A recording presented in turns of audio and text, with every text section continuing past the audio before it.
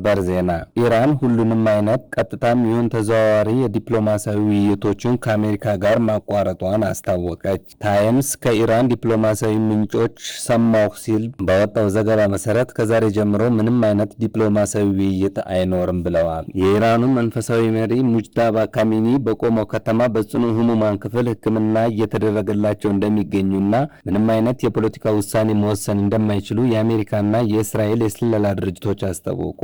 ሙጅታባ ካሚኒ ትላንትና የእስራኤል የኒኩለር ጣቢያዎችን በካርታ ላይ እየተመለከቱ ተብለው በኢራን ሚዲያዎች የተሰራጨው መረጃ ቀድሞውኑ በሰው ሰራሽ አስተውሎት የተቀነባበረ እንደሆነ ኢራን ኢንተርናሽናል አሳውቆ ነበር።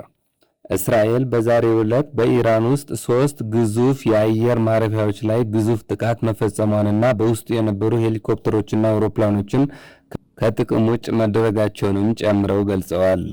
በዚሁም በተጨማሪ የአየር መከላከያ ስርዓቶችን እና የኢራን ኤሮስፔስ ጥናት ማዕከልን ማውደሟን አይዲኤፍ አስታውቋል። እዚህም በተጨማሪ እስራኤልና አሜሪካ በካርግ ደሴት ላይ የሚገኙ ወታደራዊ ጠቀሜታ ያላቸው ተቋሞችን እያወደሙ ይገኛሉ። ይህም ጥቃት እየተካሄደ የሚገኙ የአሜሪካው ፕሬዝዳንት ዶናልድ ትራምፕ ያስቀመጡት ቀነ ገደብ ከማለቁ ቀድሞ ነው። በዚህም ጥቃት የተነሳ ከፍተኛ ጥቁር ጭስ ወደ ሰማይ ሲትጎለጎል መታየቱ ተዘግቧል። ዶናልድ ትራምፕ አክለውም ዛሬ ምሽት ወሳኝ ምዕራፍ ይጻፋል ሲሉ ገልጸዋል። በሌላ ዜና በቱርክ ኢስታንቡል የሚገኙ የእስራኤል ቆንስላ ላይ በደረሰ ጥቃት የ3 ሰዎች ሕይወት ማለፉንና በርካታ ቁጥር ያላቸው ዜጎች ላይ ደግሞ የመቁሰል አደጋ መድረሱን ዘገባዎች አመልክተዋል።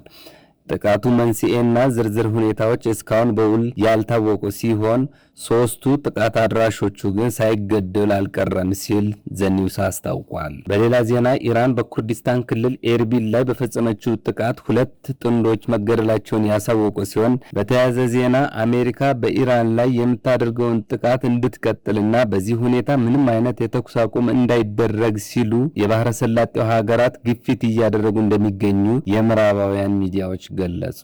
መልካም ነው ያሰማን፣ ቸር ያሳድረን።